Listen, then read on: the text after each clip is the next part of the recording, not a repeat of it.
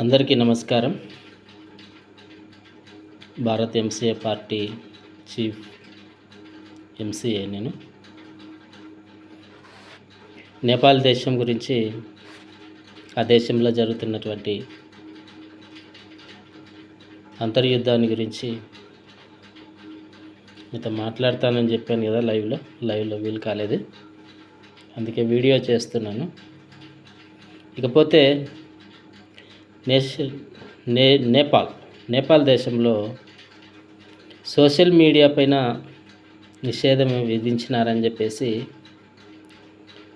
ఆ దేశంలో ఉన్నటువంటి యువత అంతా కూడా రోడ్ల మీదకి వచ్చి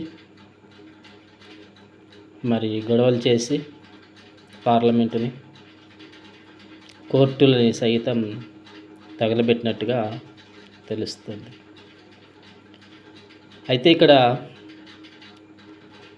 నిరసనకారులు లేకపోతే ఆ దేశ పౌరులు అలా చేసేటటువంటి హక్కు వాళ్ళకు ఉంది అని Bharat MCA party world biggest పార్టీగా మేము సమర్థిస్తున్నాం.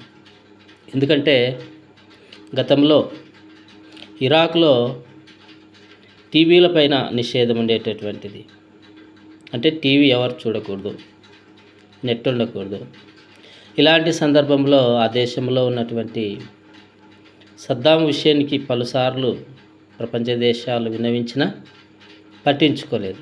ఆ సమయంలో ప్రపంచమంతా ఏకమై సద్దాం హుస్సేన్ ఏం చేసింది అనేటటువంటిది అందరికీ తెలిసినటువంటి విషయమే. కాబట్టి ఈ నేపాల్లో ఉన్నటువంటి ఈ పరిస్థితులు ఎలాంటివి అంటే, ఉన్నటువంటి దానిని ఎత్తేస్తామనేటటువంటి, అంటే సోషల్ మీడియాని నిషేధిస్తామన్నప్పుడు మరి వారందరికి కూడా కోపం వచ్చింది, రోడ్ల మీదకి వచ్చారు, ఇలా చేశారు.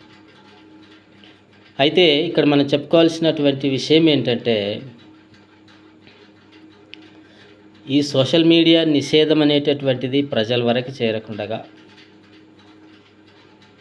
నాయకులు చర్చించి, నాయకులు ఆలోచన చేసి